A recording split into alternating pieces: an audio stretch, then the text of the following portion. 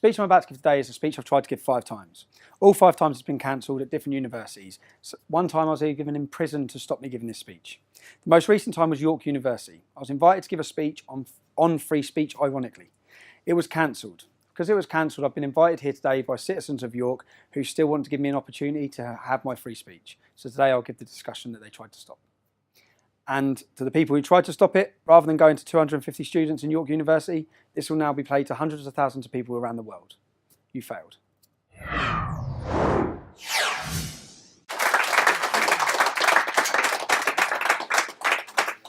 I'll start off with thanks for making me a bit taller. All right. First of all, the speech I'm going to give you today is going to be about free speech and what I'd say is exposing the British police state. I'll start off telling you about where I'm from. Most of you already know. I'm from Luton. Luton is rated as one of the roughest towns in the UK. It has the highest poverty levels in the UK. One of the most deprived areas of the UK. It has a lot of problems. Regardless of religion, it has huge problems. Now, I'm not here to pull the wool over all of your eyes about who I am or what I've done in my life, yeah? Because I've been no angel. I'm not claiming to be polishing my halo. Yeah? Growing up in my town, I've never seen racial tensions, which is a completely diverse town. I've only witnessed religious tensions. The town is divided between Muslims and non-Muslims. We have a population probably of 30 to 40% that are Muslim. We have 30 mosques. I could probably stand here and talk non-stop for 2 months about Islam and multiculturalism. That's not what I'm going to speak about. I'm going to speak about the British police state and free speech. And George's phone. So, the country I thought I lived in prior to starting my activism in 2009 is a very different country to that I now accept I live in. And I think that as we move through this, some of you have views on the country we're in, and by the end of it, I think hopefully unfortunately, they may change. By the end of the speech, you might view the country in a different way. I'd say there's 3 levels of activism: disbelief, disappointment, and acceptance. Everyone will go through those 3 levels. I've been through them. Yeah? I think most of you, when you start hearing the stories I'm going to tell you about the British police state, you'll be in disbelief. Then you'll be disappointed, as I was, that the country I loved seemed to hate me back. Then you'll be in acceptance, which is where I am. I accept we live in a post-free speech era. Most people give up once they get through these free processes. Pressure is something that's going to come up a lot as a tactic, yeah? And it's a reason for that. It's a way of silencing and stopping. And this may get repetitive because I'm going to talk about arrest after arrest after arrest, motivations for these arrests. I'll start off talking about how it all began, why it began. It started with a soldiers' homecoming in my hometown of Luton, where our soldiers were parading through the town. Now, I was there that day. I've grown up in Luton. I've witnessed Muslim demonstration after demonstration after demonstration. On this day, I witnessed large numbers of Muslims attacking our soldiers, spitting in their faces. One of the soldiers' mum's face, they spat in her face. And I watched the police reaction, the way they policed it. They didn't search them, they didn't stop them, they didn't put cameras in their faces. They actually protected them. They arrested members of our community who were outraged and angered by what was happening. Now, if we go to the first video here, this is just a quick snippet of a protest in Luton. These are the things I've witnessed growing up.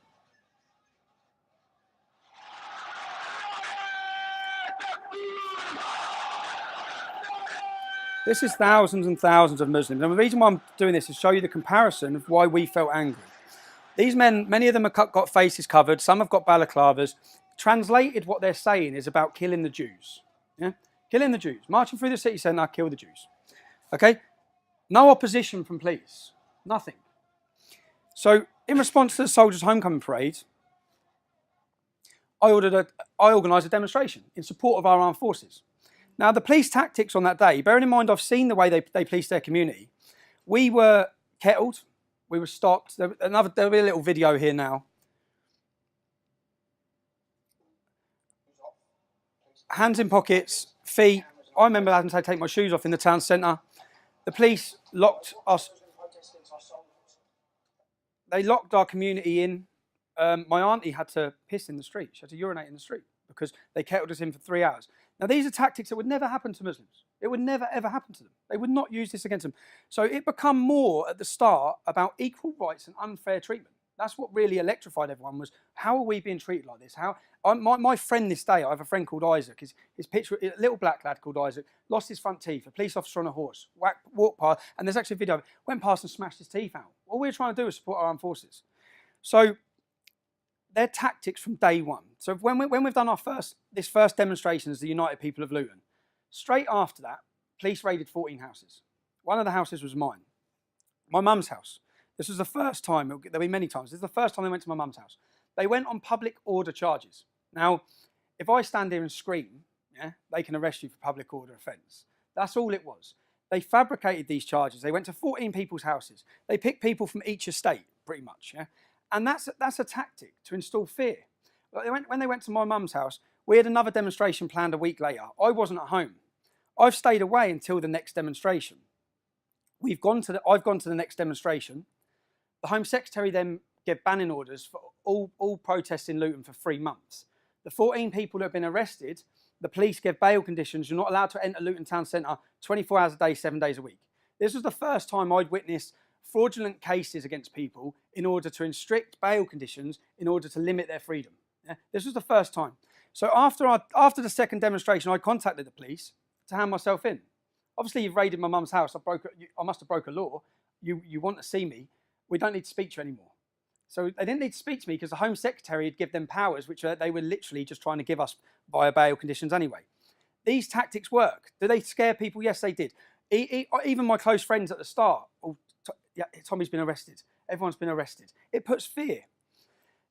And we had a third. That was the second demo. We had a third demo planned. On the day of the third demo, there's a lot of problems. It was all getting highlighted to the whole country what was happening. We had a third demo planned, but we cancelled it. My cousin Kevin that morning, Kevin Carroll, many of you may know him. Kevin was about 40 years old at the time. 6 o'clock in the morning, he's been raided. I remember getting a phone call. I was laughing at the time. I found out that Kev's been arrested. And he had been arrested, and this is where they choose the dates. So he'd been arrested on the day of our third demonstration. The offence he'd been arrested for was the original soldiers' homecoming, when Muslims were screaming in our armed forces' faces. Kevin, on camera, called them wankers. That's it. He's never been arrested in his life, never been in trouble in his life, lived a straight life his whole life. Here he is getting dragged out of bed at 6 o'clock in the morning, taken through the courts for calling terrorists, because most of them now are in jail for terrorism, for calling them wankers. That same day, and they held that arrest for that date to prevent the third demonstration, but which we'd cancelled anyway. That same day, I'm driving in my car. Police pull me over. I'm arrested on suspicion of driving a Ringer, a stolen vehicle. Yeah? The vehicle I had was on finance from brand new from Vauxhall. Okay? It was a straight, legit car. Yeah? And they arrested me, they seized my car, and they raided my mum's house. So this is the second time in a number of weeks they've gone to my mum's property. They raided my mum's house looking for number plates, they said. 2 weeks later, all charges dropped. Now, what have we done? What's happened for police to be coming into my family's house twice now in a number of weeks? What have we done? We've organised a protest to support our armed forces. That's it. That's what started it. Charges drop. Charges drop will become a common theme in this case, in this story as well, because time and time again, these charges that are fabricated are just dropped. Yeah? Again, 9 months after the United People of Luton, the English Defence League, many of you may know, it sprung up, it spread like a wildfire across the country. 9 months into the EDL, we had the first demonstration for the Scottish Defence League planned. I've gone to Luton Airport. I'm flying out to Edinburgh. I'm arrested by Special Branch. I'm held by Special Branch on a charge of criminal damage. I'm then taken to a police station. 30 police officers have come from Yorkshire. The crime is criminal damage. You know, on the top of these hotel room doors, the little metal connector. At a hotel that I've stayed in Leeds, £30 criminal damage was done in the hallway to a door.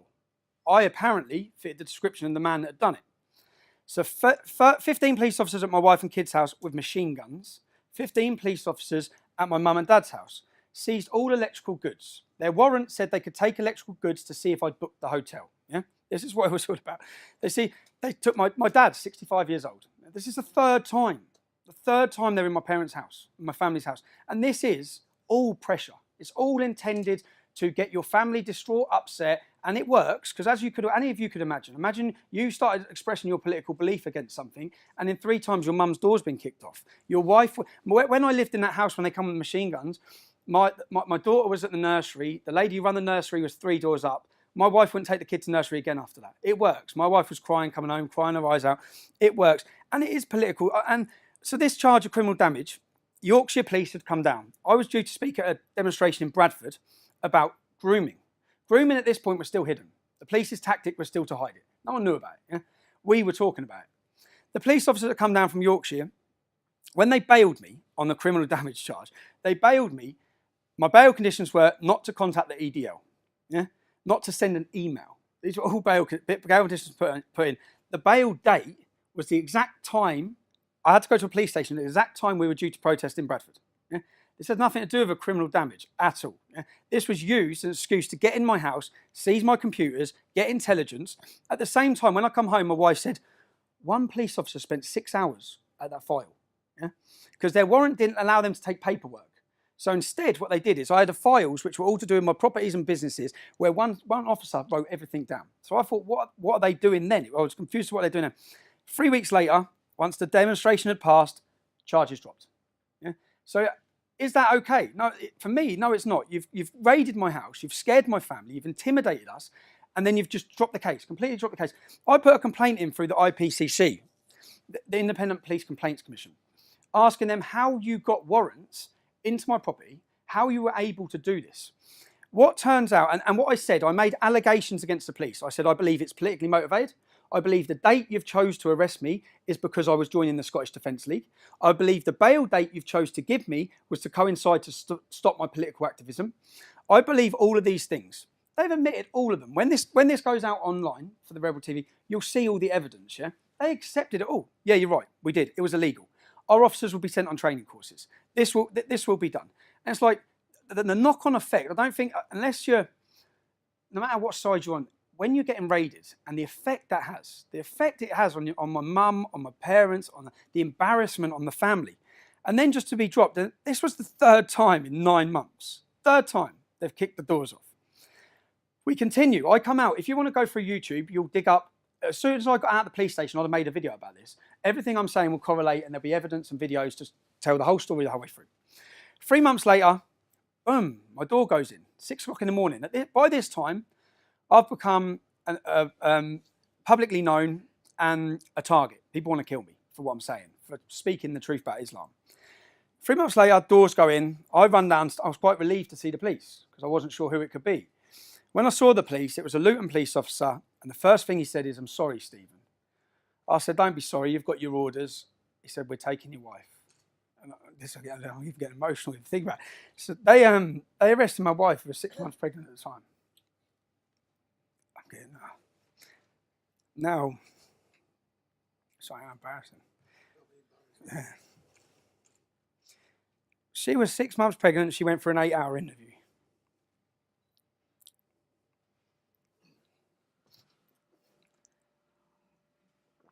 They arrested me as well. We were arrested on tax evasion and money laundering. My wife sat a 6-hour interview where she was told she was looking at 7 to 8 years in prison. When I come out, she was broken and begging.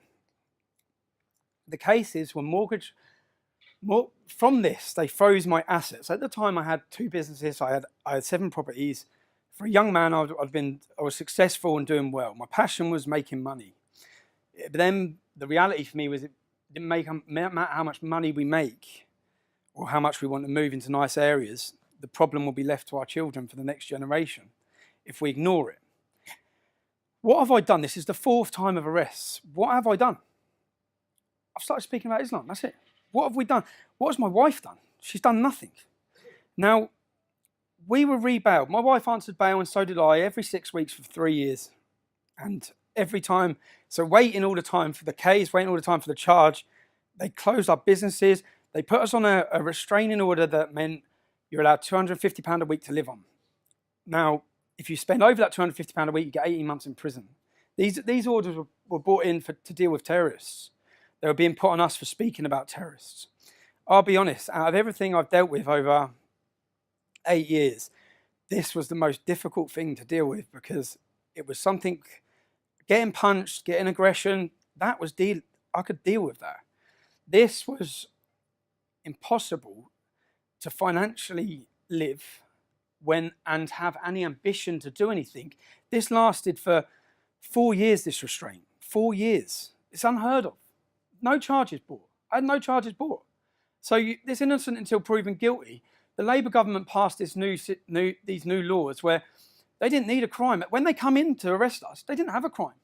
They're looking for one. They didn't have a crime. And when I say they went back through, they forensically investigated everything I'd done in my life, going back 10 years. And when that didn't work, they forensically investigated everything my mum and dad had done. Everything my wife had done, everything her brother-in-law had done, everything my cousins had done. In the middle of all this as well, I've gone to football. And as I said, I'm not here to pull the wool over your eyes. I'm not here to lie to you. I've made mistakes in my life, yeah, as everyone does. And as a young man, I did. I went to a football match where I was arrested on another charge. I was arrested outside a football stadium, and for nothing related to football. And I was that charge was subsequently dropped. When I answered bail for that charge, they said that I swore outside the football stadium. 2 police officers said I swore. Yeah, I thought, well, that's nothing. Yeah, I was taken to court. Then it became apparent why. I was convicted for swearing outside a football stadium. The headlines in the newspapers were I was convicted of a football hooligan riot. I was convicted apparently for calling them sheep shaggers. Yeah? Luton were playing Newport, England versus Wales. Yeah? It was a football match. Now, what became apparent when I was prosecuted and convicted, they produced a map. This map showed, which when this goes online, you'll see the map. This map showed where I was and wasn't allowed to enter for the next 3 years. I was not allowed to step in the Muslim community. They actually drew a map around it. I was not allowed in my town centre on Saturdays. I was not allowed in the train station on Saturdays. So here you had, again, this is the first chance I'm seeing that you are limiting where I can and can't go, and you're using football legislation to do that, yeah? Which has got nothing to do with football legislation. But you've used it. This happens again, time and time again. And anywhere, so now I can't work. I can't go to football, which was my passion as well. I love football. I can't work. I can't go passion. This tactic of what they wanted to do actually backfired because it made me the most dedicated leader to the English Defence League they would ever get. Because that was what I had then, yeah? And I was angry. I said, if they didn't do this restraint, if they didn't arrest my wife, if this didn't happen, I wouldn't be standing here talking because I never would have been able to continue leading that movement and live a life. But because they took my life, I had the movement left. So it didn't really work. Even for example, I was getting married 2011. The night before the wedding, all the men go for a meal, yeah? All the men meet up. We had a meal booked for 32 people. These are just little things. It may not seem like a lot, but it's anywhere and everywhere you move, they pressured. I booked a restaurant in a place called Billy's in Harpenden. Harpenden is a beautiful little English, wealthy area, yeah? In comparison to Luton. So people from Luton will go to Harpenden for a nice time, yeah, to get away from Luton, yeah? Now, we had a table booked. The afternoon of the thing, I get a phone call saying, sorry, we've cancelled your table, from the owner of the restaurant. So what do you mean you cancelled my table? She said, we've had the police in. So I said, look, just wait there, I'm coming to see you. So I went to see her, I walked in and see her, and she said, you? I said, yeah, because I've been going to this restaurant for years. Now, the difference is, in this restaurant, this is a completely, exclusively white town, yeah? There's no black people there. Most of my best friends are black, right? So people in this town would remember. I've been going there since 17, 18, 19 with my group of friends. So the manager said, you're always in here. I've had the police in here telling me there's loads of far-right racist troublemakers and there'll be trouble here tonight. We'll have to have police on duty. I said, I'm coming for a meal. I'm just coming for a meal with all of my family from the night before our wedding. So it didn't work because once she met me and she knew me, and my cousin used to work in the venue, so I spoke to her. She allowed us to have the restaurant, but every little place that they could employ a little bit of pressure. And we haven't even started yet on where it goes. So I was ready for threats. When I started this, I've grown up around Muslims. I know how they work. I know the hostility. I know the anger and the violence. I ended up getting 6 Osman warnings. An Osman warning is a government warning saying that people wish to kill you. That they have intelligence that someone's planning to murder you. Yeah, I could deal with that. At this time, 6 Muslims were arrested with guns, bombs, IEDs on the way to blow up the English Defence League. Yeah, they were in prison for 30 years. I then had a Muslim with a shotgun went for my cousin in Luton at his house. Yeah, it was all over the media. Now, the police then sat us down. They sat us both down and offered us new identities, witness protection, new identities, new lives, new everything. What have we done? What have we done to need new lives? What acts at this point have we done? We've organised demonstrations. We've started speaking publicly about Islam. And here we are with 6 government warnings to kill us, terrorists in jail, and now getting offered new identities. Part of the new identities where we'd have to give up what we're saying, never say it again, change our place, even move us country, the police were talking. Yeah, this is all pressure building, all pressure in it. Now, just before this, in 2010, what they managed to do as a government, as a plan, as a state, is make our voice and what we're saying a fringe extreme element. That's what they managed to do. Yeah, that's what they were trying to do. In 2010, I had a meeting set up with the third biggest PR company in the world, who had contacted us, who had meetings set up in New York to meet members of Congress. So I flew to the airport. I landed at JFK Airport. I was arrested as soon as I landed. I was held for 6 hours. I was told straight that the British had asked them not to let me in. Now, why don't they want us let in? Because our message may go mainstream if we're set with influential people. They're managing. No one who's influential in this country will sit with us, will listen to us, will talk with us. The political correctness is that powerful. It's a different story in the States. If we're talking the truth, a politician will sit with you. So that's where we were at. We were going to meet members of Congress. They stopped us. 2011, I thought, and the whole way through this, to be successful or to get anywhere, we had to be prepared to do 2 things: get killed and go to jail. Because if we weren't willing to do that, then no one would have listened anyway, because no one would have heard what we're saying. So 2011, I decide, I know I'm not getting in America, so I think I'm going anyway. And I think I'm morally right to go. And I'm going with a warning to America of what's happening here. I go. I get in on my friend's passport, insanely enough, on September 10th. I get home. 6 weeks later, I'm arrested by British police. I'm remanded, instantly remanded, into Wandsworth Prison. Now, in comparison, there's one Muslim in the UK who has used their sibling's passport twice to try and join ISIS. I didn't try and join ISIS. I went to New York for 2 days. If I'd have known I was going to get 10 months in jail, I'd have gone for at least 2 weeks. But I ended up getting imprisoned, and I spent 22 weeks in solitary confinement because my life had gone so chaotic. I was neglecting my family. I was English Defence League, English Defence League, English Defence League. That's it. Yeah? And then I had a chance and a time to think about the effect it was having, where we were going, what we were doing. The movement changed on the outside whilst I was in prison. I'd fought for years to keep far-right elements out. They were welcomed back in. I then had a time to evaluate. I'd made a decision during that prison sentence. And the reason why I talk about this prison sentence is because to get around their laws, because you're only allowed to spend 28 days in solitary confinement because of your mental health issues. Yeah. What they did is every 28 days, they moved me from one solitary confinement prison to another. So I went from Wandsworth to Bedford, Bedford to Woodhill, Woodhill to Wandsworth, Wandsworth to Wayland, to get around the laws for what they were doing. Yeah? Now, when I was in Woodhill prison at this time, for me to walk from here to there, for me to get taken out of my cell, they locked the whole place because they were fully aware he'll get killed. Yeah, because our prisons are like radical training camps for Muslims. Now, I had a visiting room where my wife would come and see me. I was the only man in it. It was twice as big as this. I felt like Hannibal Lecter. Yeah? But I felt safe. Which is what mattered. I felt safe because I knew no one was going to get to me. I then come out of prison. I've made the decision I'm leaving the English Defence League. Lee Rigby's killed. Lee Rigby's murdered, which changed everything again for me. It changed everything for me to think, now we need a reaction, okay? And I organised a charity walk. Now, you'll see the footage now of the... Some of you would have already seen this. We'll see the footage of the charity walk. Get back. Arrest him for assault.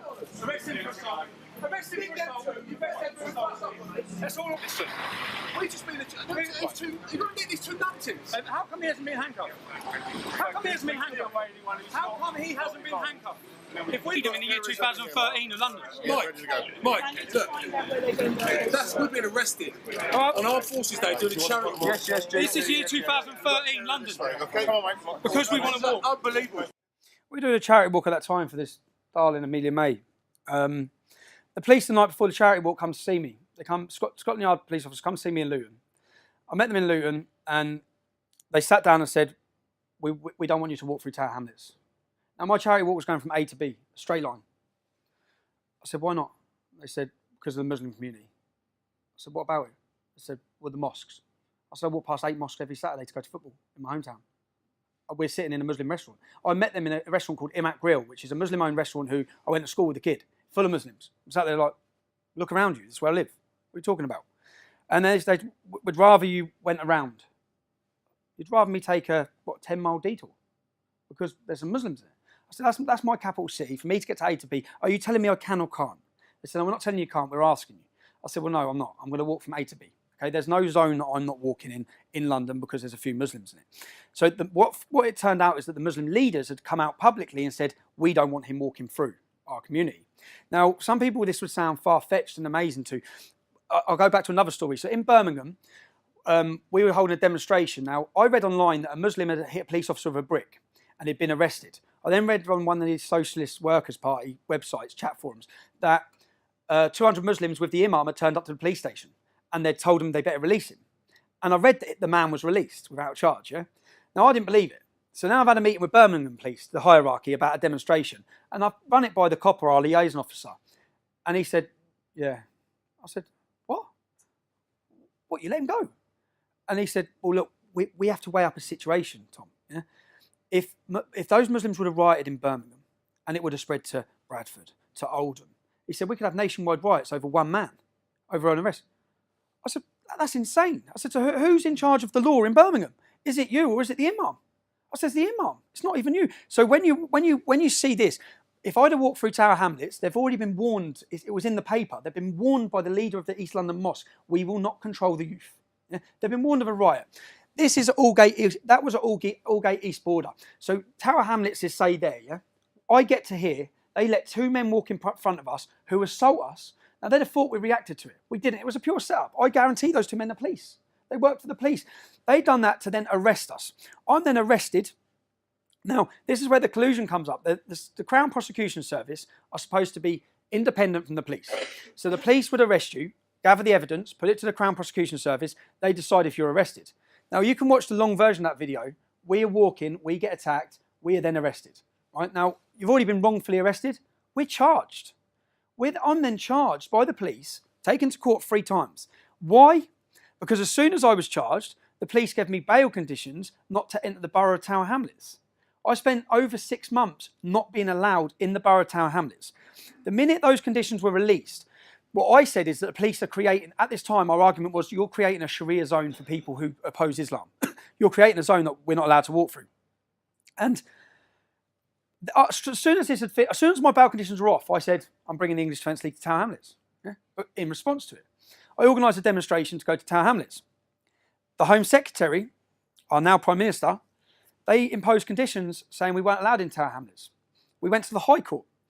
Even at the High Court, the police put the charges against myself. We went to the High Court, and their argument was, which they admitted in court, we're not worried about the English Defence League. Yeah? What we can't control is the reaction waiting for them. So what we're going to do is we're going to limit your freedom, what you can say, where you can protest, when you can protest, because mob rule works. Yeah? Unfortunately, it works. They're going to smash everything up. They're going to write, we can't do that. I'm then arguing, it become an argument about the police. I'm then arguing the police saying that after this demonstration, I'll come on my own and protest in Tower Hamlets if I want to. I won't bring the English Defence League. I'll come on my own. Straight after that demonstration at Aldgate East, I was arrested. I was arrested and charged because my speech went 6 minutes over the allotted time. I was then given bail conditions not to enter the borough of Tower Hamlets. So all of these tactics of keeping cases going, of fraudulent arrest, is all to limit where you go and what you're doing. Right, I'll show you another video now. So I had, bearing in mind, 6 weeks prior, Muslims have been arrested in a car with guns and bombs on their way to kill and target us. I get a phone call from my family saying there's a car full of Muslims following us. Yeah, and my family would have been spotted. I took my kids to a party in Luton. I walked in the party, I saw the ginger convert, Roger Ibrahim Anderson. He calls himself Ibrahim Anderson. I grew up with this kid, yeah? He's now in jail for ISIS terrorism. Now, I walked in, I saw him. He was on his own with his kids. I'm with my kids taken to a party. I looked, nothing happened. I thought, sound, he's with his kids, I'm with my kids. 10 minutes later, when the other dad said, mate, you need to look outside. I've looked outside, there's about 60 waiting up. Big bearded mullahs, So then 6 of them have come in. I've gone into the kitchen when they've come in. I've given my kids to the woman and say, look after my kids. I've gone into the kitchen. I was trying to find something to protect myself with as they come in. Police have come from everywhere. Yeah. So from this, they've seen members of my family. Yeah. They're then following the members of my family weeks later. I get a phone call saying that they're following this. So I said, I'm on my way. So I'm in town. I jump in the car. I'm racing 100 miles. I'm racing as fast as I can to get to the road. I come screeching into the road. When I come screeching into the road, they're all standing outside. And then you'll see a video now. You'll hear the Muslims are all there. Play the video. It's hard to see because it's on old camera. You can see all the silhouettes up here. They're all shouting, come on, come.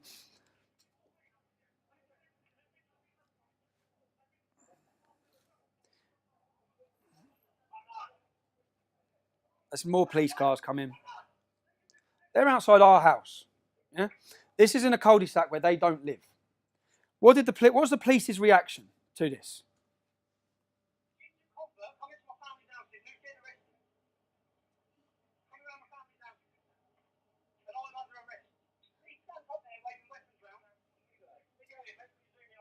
They arrested 3 of my family. I was held for 36 hours. They got an extension. Now, I'm thinking, 6 weeks ago you caught someone on guns and bombs. This is the same group, yeah? What were they coming to do? What did they have on them? So I'm sitting there thinking, I wonder what you found.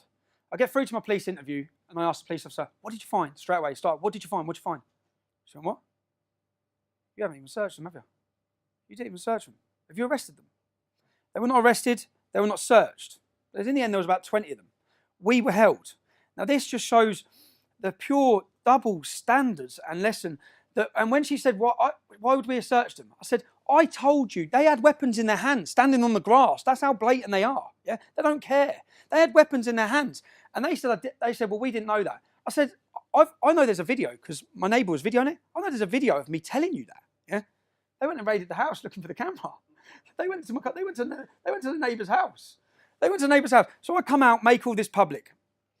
Next, so bearing in mind, when they arrested me and my wife, we've been on bail conditions for 3 years. I'm charged. They didn't charge my wife. I'm charged. I'm charged with tax. I'm taken to court. Their whole case of why they've done this, they say I owe them £137,000 tax. That would mean me not paying tax on about 300 grand, wouldn't it? I did have a business that was turning over quite a bit of money at the top for those few years. Yeah, it took 20 minutes in court for me to produce, for the evidence to be produced. I owed them not a single penny. Bearing in mind, they've closed my businesses. They've destroyed my shop. They've destroyed everything we're doing. And then within 20 minutes, we got not guilty. After this, I'll explain the mortgage case. I then had a mortgage case where I was charged with mortgage fraud. Between me and my wife, we had 7 mortgages. What they did is when they had nothing against me, after 2 years of my investigation on me, they started targeting my family all around. Cousins, they've done the nans, they've done one of my family members for not paying tax in 2006 on things sold on eBay. Yeah? Everything and anything they could find. Yeah? My brother-in-law was charged. His case was that he got a mortgage, self-certification mortgage. Any of you bought properties, you'll know. Years ago, it was encouraged. You're encouraged to say you earned more, really, as long as you put a big enough deposit down. Now, my brother-in-law bought his first house. Bearing in mind, when we were arrested, this all happened 5 years before. The house was bought. It was sold 9 months later. The mortgage company were paid. No one lost a penny. Yeah? This was the mortgage fraud they arrested my brother-in-law on. But they tied me to it because I'd lent him a deposit at the start. Yeah? So this was the case. This was the case. Now, at this time, you have to understand that I have many family members who have good careers, good jobs, and good lives, yeah, within my family, who were terrified. Yeah? Terrified of being involved in a court case, a huge court case with me, because that would mean they're exposed as related to me, and they become a target. Now, this tactic was working perfect for the police because this is a pressure tactic, and it worked. I went home with family members crying, who are crying and begging, like, this is your fault. And I said, you're letting them win. This is what they want. This is why they're doing this, yeah?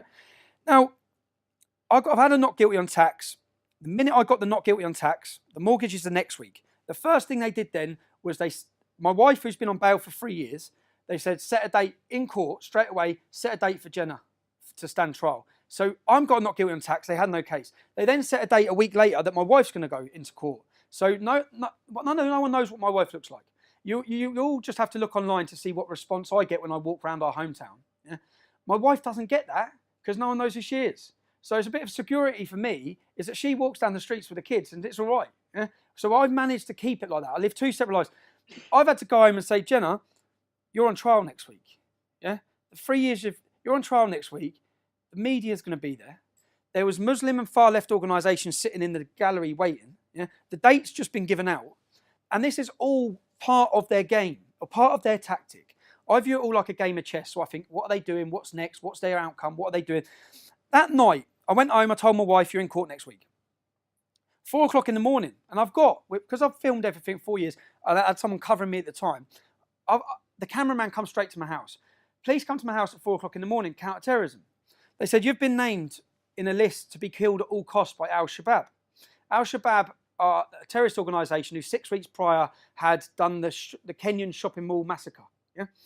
So then my wife, who's going to have to go to court next week, yeah, I have to say, terrorists are going to kill us. Terrorists want to kill you. They want to kill me. All of this. And then I'm questioning, have I been named? Or is this part of the pressure? Because they've got no evidence on me. I'm walking on this case, yeah? But they've got little stupid bits of evidence for tax and irregularities against 5 or 6 of my family. Yeah? So I know the whole time, which I kept saying to my family, when I get to court, this isn't about you, it's about me. Yeah? I'm getting offered a deal, I know I am. So, and again, my views are my views. They're not my wife's views. They generally are not my wife's views. She despises it. So I get to court. I say to my wife, I walk into court, I'm offered a deal. Plead guilty to these charges, we drop the family. Yeah? The charges they wanted me to plead guilty to would have resulted in 5 years in prison. And again, all of this is documented through documentary makers, which will be coming out soon, is I walk outside and I ring my wife. I say, look, I've been offered a deal, I'm getting 5 years, but don't worry, everything's dropped against you, blah, blah, blah. My wife's crying hysterically, saying, please don't, 5 years is too long. Bearing in mind, we know I haven't done it. We know what this is all fabricated in order to get in a position. So I go back in and refuse the deal. I say, I'm not taking the deal, because 5 years is a long time as well. It's a long effect on my kids, and at the time I'm weighing it all up. They then swear the jury in. They swear 3 Muslims in on my jury. 1 PCSO. So I'm sitting there thinking, how can you have a PCSO as my jury? Yeah. 1 PCSO. I'm ready to go through the trial. Just before the trial stops, they stop it. Stop. They come out again, because bearing in mind, they can't have me getting a not guilty. Because if I get a not guilty for everything they've just done, everything they've fabricated, I'd be able to destroy them on what they've done. Yeah? So they offer me a deal again. Now this deal, the first thing I say to the solicitor, what's the maximum I can get? Maximum I can do. He said 18 months. I weighed it up. 18 months means serving 6 months in prison. I'm taking that straight away, and they're leaving everyone else. So I say, give me an agreement. I want it in writing. When this goes online, you'll see all the written agreement. Yeah, the written agreement was, we will drop the case against your wife. We will drop the case against Neil, which was another relation. We will drop the case. We will not take proceeds of crime, which means all the assets they've had frozen, my properties, will be released back to me. Now, I took that deal, so I went to jail. I got 18 months. Bearing in mind, what the crime was that my brother-in-law filled a mortgage form out wrong. The mortgage company didn't lose no money. No one lost no money. I'm then taken to Wood Hill Maximum Security Prison. That's one of the worst prisons in the UK, where it houses some of the country's most prolific Muslim terrorist extremists. I'm took there for this. Someone's filled their form out wrong. As soon as I get there, the difference is that when I was in there in 2011, 2012, when I was in there on solitary confinement, as I've said, they locked the whole prison to get me from A to B. This time, I'm just put straight on the first night centre. So straight away I'm thinking, well, this ain't right. I'm going to get killed here. The door opens. It's a Royal Marine, an ex-Royal Marine who's now a prison officer. And he said, when we come to get you, do not leave this cell. Your life depends on it. Yeah? I went, all right. Shut the door. Half hour later, my door opens. He's there with 2 other men. Yeah? You're going B-wing. I said, I'm not going anywhere. Yeah? He stepped straight in. If you don't go, I'm going to arrest you. So he was giving me a way out.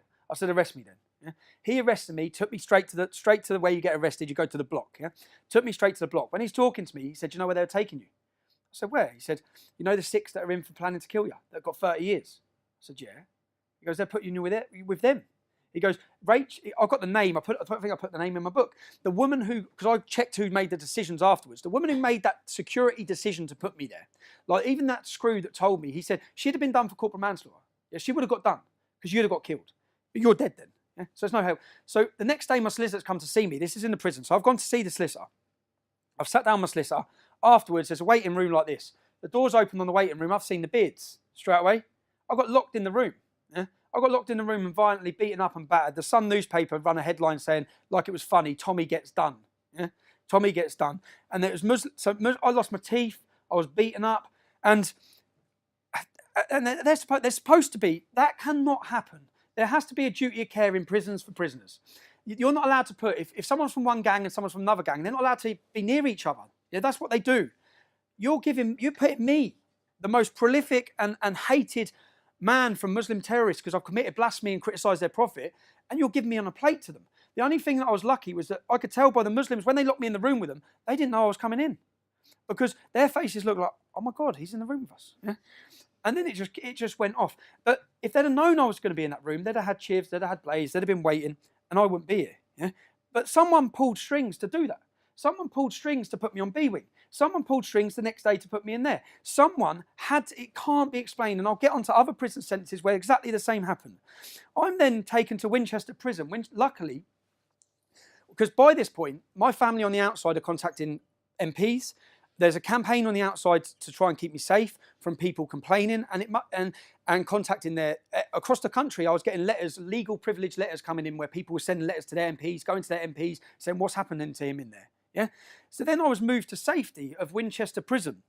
I say safety. I still have a few problems, but there's not as many Muslims in that area of the country because it's a local Cat B. Now I was in there, coming to the end of my sentence. I get a visit. Which I think is a legal visit. I sit down, there's two men, younger than me, smart, dressed in suits.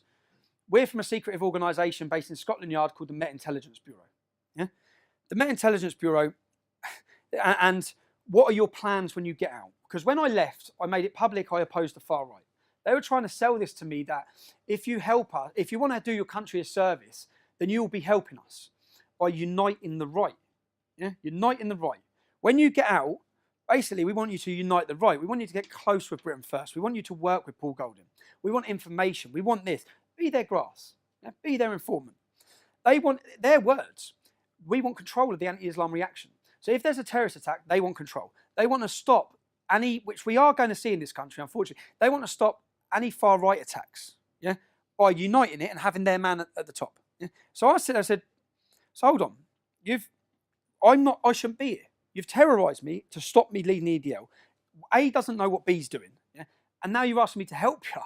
I said, and stupidly, they said, well, what are your plans when you get out? And stupidly, I explained, you've froze my assets. Now, when I get out, luckily, I've had 7 properties. Yeah? I had them when I bought them all when I was young. The market went well. They were in loot, and I think like last year they went up 20%. I've been lucky. When I get out, I'm selling the properties. And I'm getting back in the building game. That's what I'm doing when I get out. I said, you will not hear me talk about Islam again. Because that's how I felt at that moment. Being in prison, away from my kids again, away from my wife, I thought, I've done with this. I'm done with it. I then get out of prison. I'm walking out of prison, I get a licence. My licence conditions, bearing in mind I'm in jail supposedly for mortgage fraud, my licence conditions are not to contact the EDL. So EDL got to do with mortgage fraud. That is the clear, and again, all of these things will be put into the video. It's clear that this was a political case. It's clear that everything that's happened is political. I then say to my probation, my friend Paris Okai, he died of a drug overdose at this similar time. Yeah? And I want to go to the funeral. And for this funeral, there would be 1 or 2 people going that were EDL. Now, if I associate with EDL, I'm recalled. So I said, there's going to be EDL people there. You can't go. I said, I can't go because I can't. It's mortgage fraud.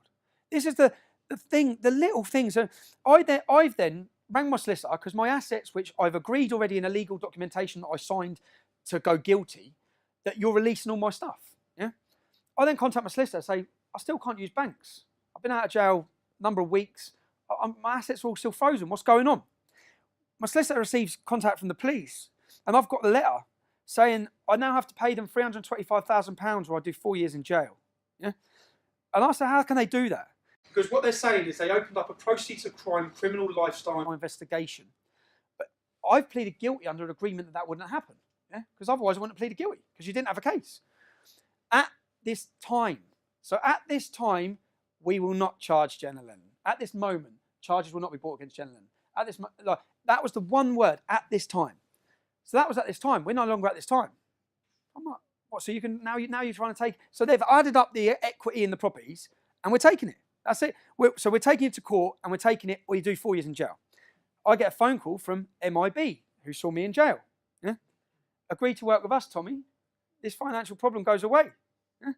This is the dark side of a state. I hear Jihadi John, yeah, and I heard Cage saying he was persecuted, they targeted the family, they done this. They probably did. Yeah? And it hasn't made me go cut people's heads off. So there's no justification what it's made him go and do. Yeah? I've never felt anything like that. Yeah? But I fully understand where we're going with the deep levels that the security services will go to get people in positions. Because what happened then was I went to court to argue, how can you do that when I pleaded guilty? The judge actually sided against the police on 325,000. He then decided to take 125,000. I walk out of court. I'm contacted by the police straight away. The court order's been given. I've been given a legal documentation. I've got to pay 125 grand. We'll make it so you pay £1 a month. You'll never have to pay that money. Yeah? I said, I'll pay the money, man. I'm selling the house. Piss off. It's not happening. Go away. Yeah? What they thought was they'd had me in checkmate position, yeah? Where I ain't going to want to give them 125 grand. I'm going to give them information or agree to work with them. Never happening. That's why I said I'm not going to be anyone's bitch or grass. It's not happening. I've actually got now, thanks to a donation campaign that was put up recently, I've had a country's top QC go through this case. I've got it in black and white documentation, which will soon be put to the courts, that everything they did was illegal. That the money they took off me was impossible to do. Yeah? If it's any consolation, I've been told, the judge, the prosecution, and the defence all got it horribly wrong. Well, that's a mistake. That's not a mistake. You got me in a position where you had me, where you thought I'd work for you. This is where it gets worse.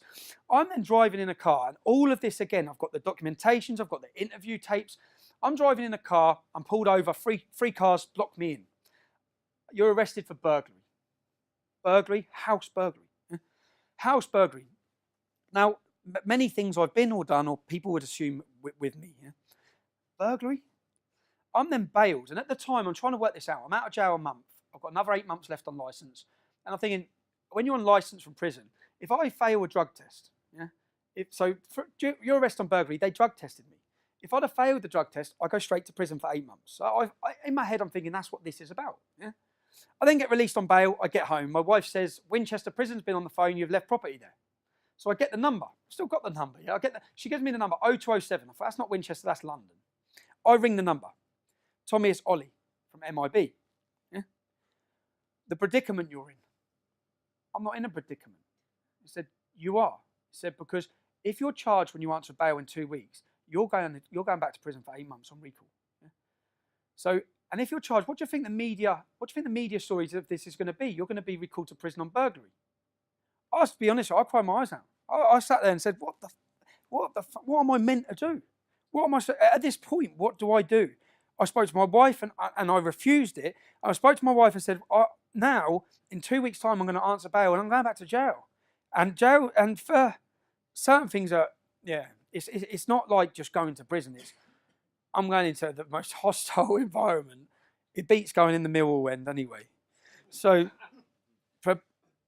probation. I then have a meeting with probation. This has all happened. I'm invited to talk at Oxford University. So I tell my probation clearly, this is my moment to tell. I'm going to tell them everything you've done. I'm going to tell them about the Met Intelligence Bureau. I'm going to tell them about your licence conditions, your not letting me go to a funeral. I'm going to tell it all. Yeah? And my date's picked to go to the Oxford University. 4 days before I'm due to go to Oxford University, I take my children swimming, I get home, police are waiting. I'm recalled to prison. The reason they gave, someone tweeted me saying they're going to rape my mum. Their name was 1488 Hitler. Yeah, so it was a Nazi. It wasn't a Muslim, it was a Nazi. I get as many threats from them inbred Nazis as I do from Muslims. Yeah. So 1488. So he's going to rape my mum. Now my response to that was, he was looking for me, yeah, in Luton apparently.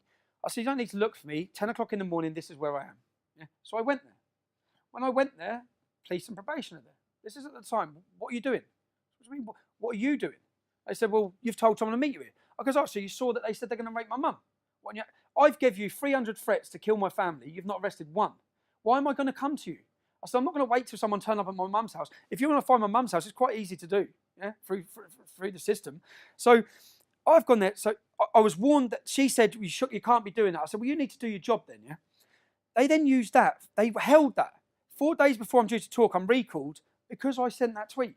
No threats, no violence. They said that I put a risk situation where if the man would have turned up to attack me and someone would have tried to prevent it, I've risked that situation whilst on licence. So anyway, I'm recalled to prison. I'm standing there. The police officers, again, every time I've come into dealing with police officers, they've been good. Yeah? It's not them. It's not the. I always say this. Anything. I don't have anger against British police. I have anger against the people pulling the strings. So I've explained to the police officer my experiences in other jails. Can you take me to Winchester? Because where I live, my local prison's Bedford, where I'm in immense trouble here. Yeah, if you take me there.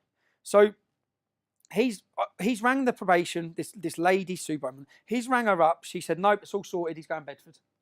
So I've been then taken to Bedford prison. I've walked into Bedford prison. I've looked at the first reception man. Remember, this is my local prison. I've looked at the man. I said, have you got a brother called Mark? And he did. Mark, I knew his brother just by his face. I said, I know your younger brother. And then he went through the system. So he's looking on the system at how many Muslims are on which wings and how long they're serving. Because that's a big difference.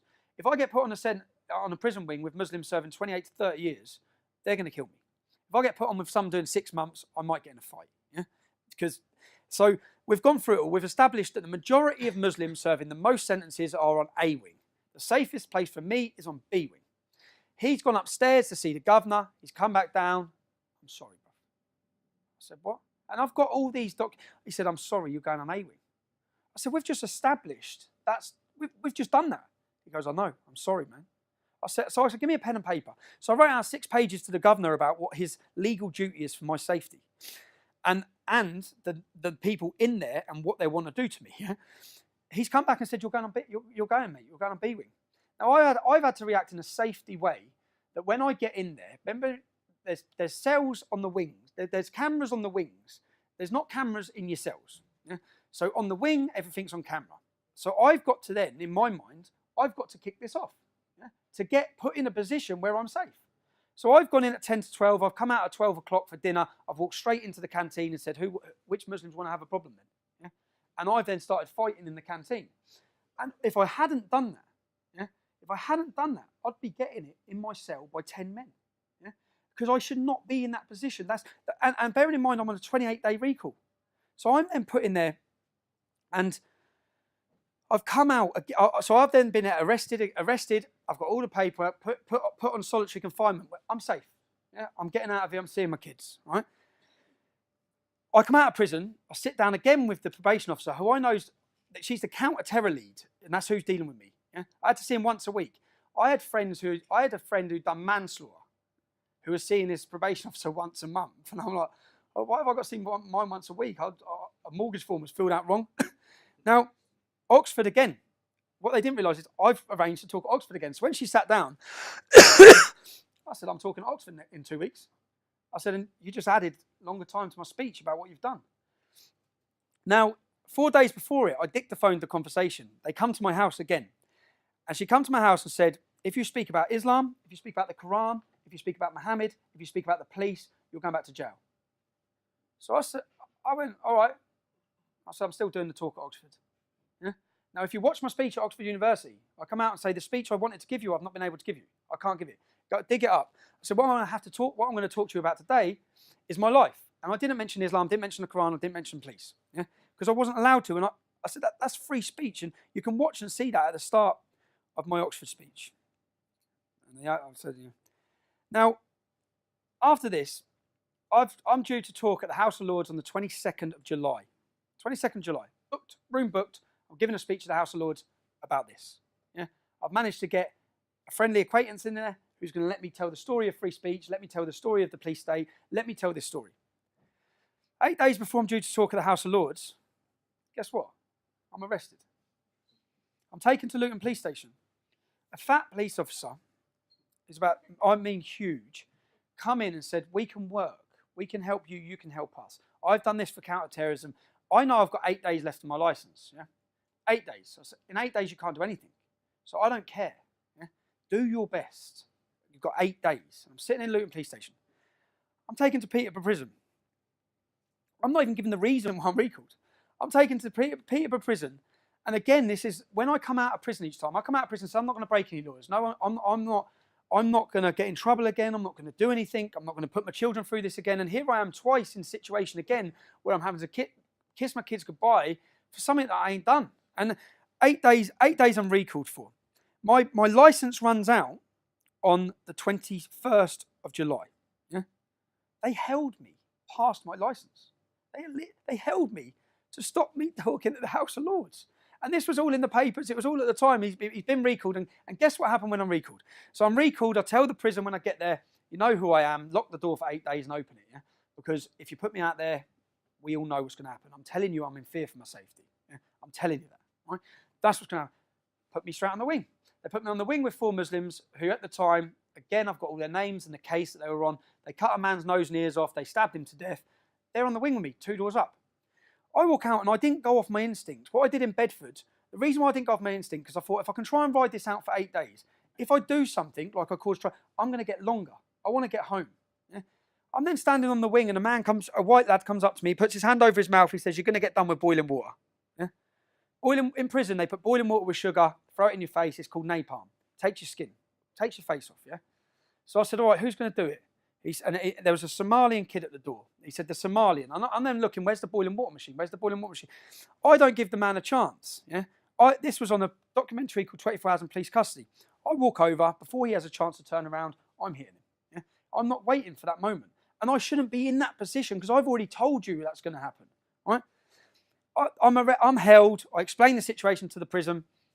I told you what was going to happen. We know what was going to happen. I've prevented it happening. Yeah? I'm released from prison. This is where it changes. Their tactics of targeting me for years, targeting my wife, targeting my mum. Change of tactics. Change of tactics now is the kids, in front of the kids. Yeah? So I then go on holiday, 2-week holiday for my wife and kids. I land at Luton Airport. The police are waiting at the airport. They arrest me in front of my wife and kids. Got 3 suitcases. They leave my wife there at midnight. I'm arrested for a racially aggravated attack on the Somalian who was going to do me with boiling water in prison. Yeah? I'm then prosecuted. And by this point, I mean, I've given up. I've given up fighting because they can do what they want, and I know they can. Yeah? At this point, a friend in Canada set up a campaign to get me the best legal representation that money can buy. And it was for the first time ever, people donated in a huge way. Yeah? And I had the best legal representation. So I went to this court case. And when I was arrested, first of all, the clip that they showed me of me walking over and beating up this Somalian, the clip that they showed me was literally just that. And what I said at the time is, you need to cut 20 seconds before and 20 seconds after. You'll see the man stand next to me talking to me. You'll see him come up to my cell afterwards. Yeah? You'll see that what I'm telling you is correct. We hold on. They're not answering requests from the solicitor's office for the footage. They've only got that little snippet bit. When we get to court, we haven't got the footage of the 20 seconds before or after. Yeah? Luckily, I had a QC who tore it to pieces. He said, "Where's the documentation? Where's your computer system?" They wouldn't give us the representation from the computer system that would have showed them I was in fear for my life. I walked on that case for a not guilty. If I hadn't had that legal representation, I'd have been sent to prison again, in a position that they wanted me in, where my life is in danger. I've tried to give this talk about these issues so people can hear what they've done and what's happening. I've tried to give this 5 times. Edinburgh cancelled, Durham University cancelled. Each time I've got somewhere booked in to give it, pressure's been put on to cancel. Why? What have I done that warrants this? Again, that's what I'll ask. What is it I've done? I speak about Islam. I tell the truth. I'm honest about it. That change of tactics from my wife to then my children. You've had the arrest in front of my children. Now, my daughter was moving to the bigger school, yeah? So I had to sit her down in the summer and I had to tell her who Tommy Robinson is because she didn't know. Yeah? She's never heard of the English Defence League. So I sat her down and I went through saying, "Darling, when you go to big school, people might mention this, they might mention that. They might talk about me going to prison. I've been in prison." It's all news to her. She thought I was working away. Each time I went away, she thought I was working away for the prison sentences. I'd ring her every day. Even when it was building up to Christmas, I said I was helping Santa to my young kids, and I'd say, "What do you want made?" And I'd get the present that they wanted made, dropped there every week. So then I'd say, "Did you get it?" So they were thought it was all that. So I've had to then say, "Look, I've been in prison, darling, but you have to understand that I didn't do anything to be in prison. that warranted me being in prison. Now, that must be hard for a child to understand. The next video I'm going to show you is from Cambridge. I've gone to Cambridge with my children. Is that the next video? I'm not having an interview. I've already told you. So you're telling me what? I've told you already. Yeah. Are you going to leave? So, hold on. Are you going to leave immediately? I'm with my children, and you're telling me I have to leave immediately. Are you going to leave? What? You're going to get a Section 35 dispersal notice. Okay, we'll give you a 35 then. Tell me for what? I'm with my children. I'm with my... Hold on. Hold on. I'm with my children. Stop, get that thing in my face. I'm not being interviewed by you. Right. Tell me why. Tell me why. You tell me why. No, you'll get it on the form. It'll be explained to you. Tell me why I have to... I'm going to get a form down. Tell me why. Listen, I'm trying to... No, officer. When I'm... Take that camera up my face. I'm not being interviewed by you. This isn't Crime Watch. I'm with my children. You're telling me I have to leave. Yeah. Why? Why? Because there's likely to be disorder. Get off my hand. Don't assault me. Tell me why. Tell me why I have to leave. Stop shouting at me. So tell me why I've got to leave. It'll be explained to you when you get yourself. How are you drawing a jurisdiction to where I do and don't go with my kids? Tell me. Tell me the reason. Shush! I'm trying to talk on my radio. Hold on, you've told me I've got to leave. Just trying not to take your hand away from him. He's touching my hand. I'm minding my own business. I'm minding my own business. You've come off the street to where I'm having a private drink with my family, and you're telling me I have to leave. I can't hear you, mate. I can't talk. We're upstairs. Tell me why I have to leave. Mate, you know this is ridiculous, yeah? You're from Luton. You know this is ridiculous. Tell me why I have to leave. At the end of the day, the boss has authorised a Section 35. But we've already cleared it. Why? I'm with my kids. We're allowed to stay. You haven't cleared it with the boss, have you? I'm with my children. Decision, mate. What sort of law? You're going to drag me down the street without What sort of law in a free country tells someone where they can... Mate, so the decisions be made locally. What sort of law tells a man with his children he has to leave a city? What is that about? Right. What is that about? What is that about? Freedom, democracy, Britain. What's that about? Quite simple. I should be... Do you want me to explain it? Tell me why then. Tell me why I have to The leave. situation is, because of the lessons we've learnt in the past, we know that if certain groups stay within the city, I'm then with it my causes children. violence. Okay. I'm with my children. Unfortunately, a city I'm with my manager family. makes no difference. Same Why rule doesn't for it? everyone. So if we It's make not the same one rule for rule, everyone. don't shout. There's loads calm of people down. from Luton If in you here. want me to explain it to Yeah. you, then I will. But you're going to keep it calm. Yeah, go on then. Situation is, because of the fact that there's going to be a likelihood of violence if a group stays here from this match. You really think me and my 3 children are going to commit violence? Tell me the truth. What I'm saying is, do you think that? Listen, The way you're behaving now says yeah. Well, no, because you're coming up to me and my kids on a day out. You're being I'm with aggressive. No, You're you're coming up to me. Around my face, so you'll get Don't hit my yourself hands. Don't hit my hands. You'll get yourself You're arrested. hitting my hands. You're pointing in my face. You've come up to me. I'm with my family in a pub. You've come up to me. Look at the scene you're making. Scene I'm making. Who made the scene? Go outside. I'm with my You're family. going to get arrested in a minute. Why am I going to get arrested in front of my kids? So you want to arrest me in front of my kids because what? Listen, you're going to talk yourself into I'm not this. talking myself into it. I'm trying to be reasonable. You're not being reasonable. You're telling me I have to leave the city. I'm with my family. Yeah. Why? Tell me why. It's already been explained. No, go on, why? I'll explain You think why. me and my children are committing violence? I think there's likely to be... Look at the way you're behaving. Tell me. Look at the way you're Well, no, behaving. do you know how many people from this pub are in Luton? Why have you come up to me? Pardon? Why have you come up to me? You're part of a group. I'm not part of a group. I'm with my 3 kids. What group am I part of? You're with a group of people who have been identified as potentially being involved in violence. Are you for real? Yes. My daughter is 5, my son is 7, and my daughter is You're 9. not setting a very good example to them at the moment. You're not. You're meant to be a British police officer. Who are you serving and protecting? Who are you serving and protecting here? Shouting at me. Who are you serving In and a minute, protecting? a form's going to come. You're going to be given it. If you stay, you're going to get arrested. Who are you serving and I protecting? haven't got to answer this. Chris, This is not who an are interview. you serving and This is protecting? not an interview. Your job is to serve and protect. Who are you serving and You protecting? don't need to tell me I've seen my job. Place is gone. He said, the other Luton I'll be where he said we're going to have to go. Who are you serving and protecting? I'm not playing this little game with you. It's not right? game, mate. It's I'm in- out with my children.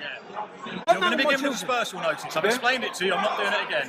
When the officer gets here, you get the form. If you stay, you get arrested. It's as simple as that. I'm the area manager for a security company. Oh, yeah. The group that you're throwing out have been in the Prince Regent today with their children. Yeah. Caused no problems at all in there. They come in here, spoke to my head of security. He's saying that they've not Shall I have a chat with you away from this side? No, away from you. Come and talk away from this side. Why? You're filming. Because you don't want people hearing the truth. I don't want to talk to No, you. you don't want to anymore. hear. You're being No, stupid. she's telling you she's seen my family all day. stay there. Mate, what are you doing? Stay there. My 3 kids are here, bro. Stay there. So what are you doing? What are you trying to square up to me then? She's telling him we've been in here all day. Yeah, sorry.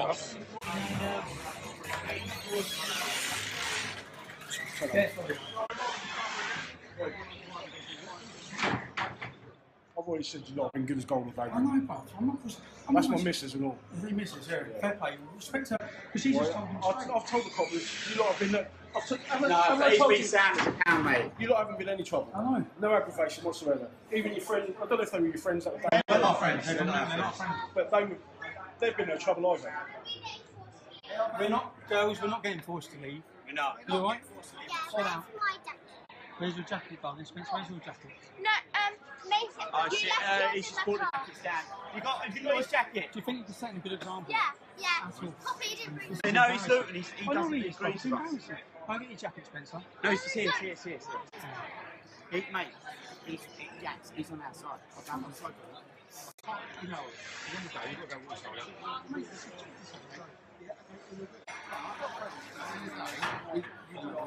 Guys, the one playing too. Yeah, you go play and kill kids. Go play and kill. Come in. Go play and kill. See you later. See you later. I will do. We'll have a beer next time. Sorry for bringing the kids out. We're not allowed to. You know, I'm family with the kids. Thank you.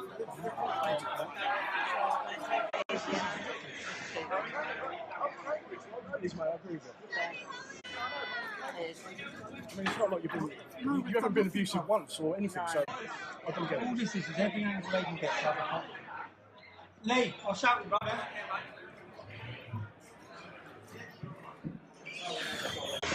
Am I getting the section 30? Section 35, yeah. I'm getting the section 35. Come outside, we give it to you now. Do you want to give the children a section 35? Pardon? Do you want to give my kids a section 35? No. You're going to arrest my kids? You'll get arrested if you carry on. It's not worth What do you mean I'll get arrested? Who's got 35? So we're going to get an escort of 5 kids to this station. 5? Look how many police officers there are here. I'm out with my 3 children. I'm out with my 3 children. I'm out with my 3 kids. 3 kids. Embarrassing, lads. I understand you've got a job to do and you've got a boss, but you must be embarrassed yourself. You must be embarrassed yourself. Us 3 and 5 I'm out with, kids we're to a out with our station. children. We've caused no problems. It's embarrassing, lads. All the time, is that what you do? You ready, kids? Come on, bro. Alright? Let's go. You get over there, did you? Let's just go. You get over there? Yeah. Yeah? That's alright, yeah. Come, girls. Alright? Down. Don't I'll get your tissue. We have to go. Come on. Come on, kids. Sorry. Come on. No, we've got 5 kids with us, so obviously we're causing loads of trouble and we've got to get out. So. Look at that. It's a fucking joke. Take care. Oh, look, he's even following us now. Follow us all the way as well. Mate, go home. Kids, come on. Come on. Come on, darling. This is what happens when we go to move away. You want to come? Oh, I'm filming it. Get it now and get over. Telling them, Mum, we've got to get sorry, bollocks, isn't it? No idea, darling. Darling, my daughter's crying her eyes out now, lads. So so you're following us. You're following us. You're shouting. You're making my daughter cry. Go away. We're making sure that you They're stay safe. scared. Right, okay. Because of We're you. following you. There's no way out of that. You think we okay? need safety officers? Go Because we're away. gonna Macy, darling, come here. Come here, darling. It's all right. Come here, sweetheart. It's all right. Girls, it's all right. Come here. Come here. Come here. Come here, sweetheart. Come here. Girls, come here.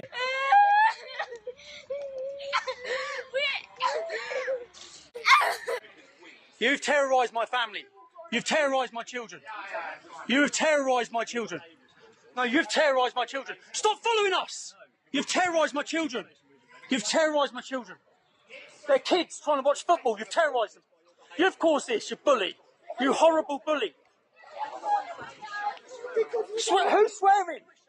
Who's swearing? If someone come up to you with your kids, if someone come up to you on a day out with your children and told you, if someone come up to you with your children, get arrested, yeah, in front of my kids, of course you would, you horrible. Why are you following us? Go away! Kids, it's alright. It's alright. It's alright. Get right down here, someone. What?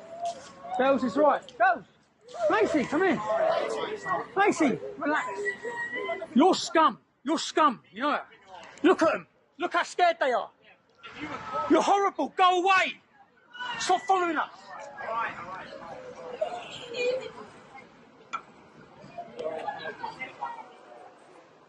Oh, keep me down up here. Keep me down up. I can film you as well, mate. So. My daughter's crying her eyes out now, lads. So no, you're following us. You're following us. Katie, Katie. Katie, stop, come on. Come here, darling. It's right. Come here, sweetheart. I'm in a restaurant with 3 of my children, with my 2 friends and their children. Police officers have come. You can watch the longer version of that. The links will all be put online. They come in and said, we're ordering you to leave the city. Leave the city now or be arrested. In Cambridge. Why have I got to leave the city? What do you mean leave the city? What sort of law is that? I'm having a Saturday with my kids. Yeah? Are you going to leave the city? We're going to arrest you. So I think, I don't want to get arrested in front of the kids. I'll leave the city. So I walk out to leave the city. Then they follow us with the camera. Then they follow us with the camera. My children become hysterical and scared. Yeah? I said, you're scaring my kids now. Right? My youngest tried to run. The car nearly hit her. Yeah? That's only when they stopped. They were following us. You can't stop us following you with a camera. Yeah? Now, this is, again, a tactic that it hasn't worked. Nothing's worked. Nothing's stopped me. Nothing's stopped me talking. I think some of them be scratching their heads, whoever's pulling the strings, thinking, how has he done that? How has he survived that prison sentence? And how is he still rabbiting on? Yeah? But my daughter, my eldest daughter, who I've already explained all these things to, she said to me the next morning, Daddy, I get it. I said, what's that, sweetheart? She said, the police. Because she's witnessed it. Yeah? And the next time I took my youngest to a Luton police, I took him to a Luton football game after this. When we went past the police, she grabbed my leg screaming and crying. Yeah? I haven't done that to her, they have. I've shielded my family, my children from everything that's happened, even from my politics. I don't speak to my children about Islam. They're children. They don't need to hear about Islam. The school, unfortunately, teaches them about it. So I've gone to the Euros. I've gone away to the Euros to watch football. I've got to France. My wife's rang me up. Police were all over the house. What time did they go to the house? 4:45. Right? Kids getting in from school. Police meat wagons at the house. What are they at the house for? They're at the house I return. The next video you'll see. So I go to the Euros. I spend 2 weeks in the Euros. My mum at the time is ill. I get a phone call saying she's been rushed into hospital. So I come straight home. I come home from the Euros, and you'll see this video now, if you can do that. The video, yeah, this one. But basically, I've been ordered by the UK Football Police in Yeah. to serve you the son who's... To come to my house like this with my fucking kids up. You take the fucking piss. Listen, I understand. This is bullshit. You come to what's the need for you to come dressed like that to my house? I understand. What's the need for you to come dressed like that to my house? Get out of my house. You've given me the sofa. Get out of my fucking house. Thank you. You take the piss. Get out of my house. Thank you. Get out of my house. You come to my house, it's bullshit. You've been summoned for court tomorrow morning. I don't give a shit what I've been summoned for. I've done nothing wrong. I've done nothing wrong. If I've done nothing wrong, what's the need for you to come to my house like that? I know you're upset. Upset? Your fucking kids are sitting up there looking at you. The kids don't want to hear it. Well, what are you here for then? Have a go at me. What are you here for? What are you here for then? I know you're upset. No, I'm not calm down. They take the piss. There's no need for you to come dressed like that to my house when I've done nothing wrong. Other than to intimidate me and give harassment to my family. That's why you're here. That's why you're here. Calm down, Steve. No, how can I calm down? I've done What are you here for? a football ban and all that. I've done nothing wrong. He's back now. I've done, yeah. You would have tried to explain to me. Explain to me. Why are you coming to my house? Why are you coming to my house dressed like that? No, all right, tell Because my kids will cry every time they see a police officer.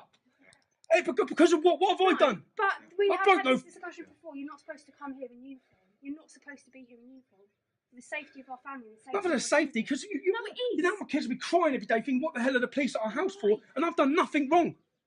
I've done nothing wrong. Steve, I'm only You could have come dressed like that and no one says a word. I'm only taking You can't go to court tomorrow. Now, I'm angry, yeah, about that when they come to my house. The crime, there was no crime. There's no crime. They're not saying I committed any crime. So they're coming to my house again. That's twice. So they've already been there when I was in France. They're there again to arrest me. They give me a court order for the next day. I go to court. What they're basically saying is that my presence My presence can provoke a reaction in a country with a Muslim population, with tensions. That was their argument. In France, there's tensions. My presence there could provoke a reaction. Yeah? Not that I've done anything wrong. So what they then want to do, and this was orchestrated by the football policing unit, which is a section of the Home Office. Yeah, it's not a separate police force like Bedfordshire Police. This is the Home Office. This is the government. Yeah? So when they got the leader of the football policing unit up on stage, up in the court, my prosecution to say, who's decided to bring this case against our client? He said Bedfordshire Police. When they got Bedfordshire Police officer up in stage, he said, I've been forced to do this. When asked in court, you've been forced to do this. Who's forced to do this? The football policing unit. The man who just previously in the dock said Bedfordshire Police were bringing the case. Yeah? So then what they put in to give me was a 5-year ban. A 5-year ban of Luton Muslim community, a 5-year ban again where they failed previously to give me the same as the 3-year ban. I've got these maps that they tried to prosecute. Now, this is 1984. Yeah, the judge's summing up, which went in the papers, was this case is vague, cagey, and dishonest. Yeah, and again, what would I say the tactics are in front of my kids again? The last 3 or 4 things that have happened. You know, after that Cambridge incident that you saw, yeah, I go to Germany. I'm in Germany with Pegida. My wife rings me up crying outside the school. What's wrong? The police have pulled her over outside the school. Cambridgeshire Police have come. I am about to sue Cambridgeshire Police. I'm taking Cambridgeshire Police to the courts because everything they've done was illegal. The money that was taken off me was illegal. That case, this football policing case, where they tried to give me a banning order with no evidence or no crime. Yeah, they just wanted me banned for 5 years. They wanted me not able to leave the country when England play, etc., etc. Now, that cost me £6,000 to defend. I haven't got that back. The judge is summing up. The judge's summing up was cage, vaguely dishonest, give him back his money. Yeah. In between summing up and afterwards, the money never come. I've said, where's the money? Why haven't they paid me back the money? They've made a decision they're not going to pay you back the money. Yeah? So now I've got to go for a judicial review, another £2,000, in order to say, give me back the money. So whether they win or not in court, they win. Or the pressure or the tactic or the reason and the motivation for them doing it works. Because as you've seen, my children have been hysterical, my wife's been hysterical, my mum's been hysterical. Now, as a conclusion, which I would have been saying to the students watching this or anyone watching this at home, you have your views, I have mine. Yeah, I'm not here to force my views on anyone. That's it. If they can do this to me, they can do it to you. Is this freedom? Does this sound like a free society? If I hadn't told you the names, locations, and places during this speech, you'd be thinking I was talking about Russia, China, or North Korea. That's a reality. Not the land of freedom and democracy, anyway. So just to recap on it, the pressure that the police state, which is what it is, the police state, the untold raids, the fabricated cases, the prison sentences, the constant non-stop harassment, the maps telling where you can and can't walk. What? And I've seen all this happen to other activists now. This isn't just happening to me. Yeah? What have I done to deserve that? Telling the truth. I've expressed my free speech. I've showed an opposition to jihad. And unfortunately, at a time we're at now, I've been proven right time and time again. Everything I said was going to happen has happened.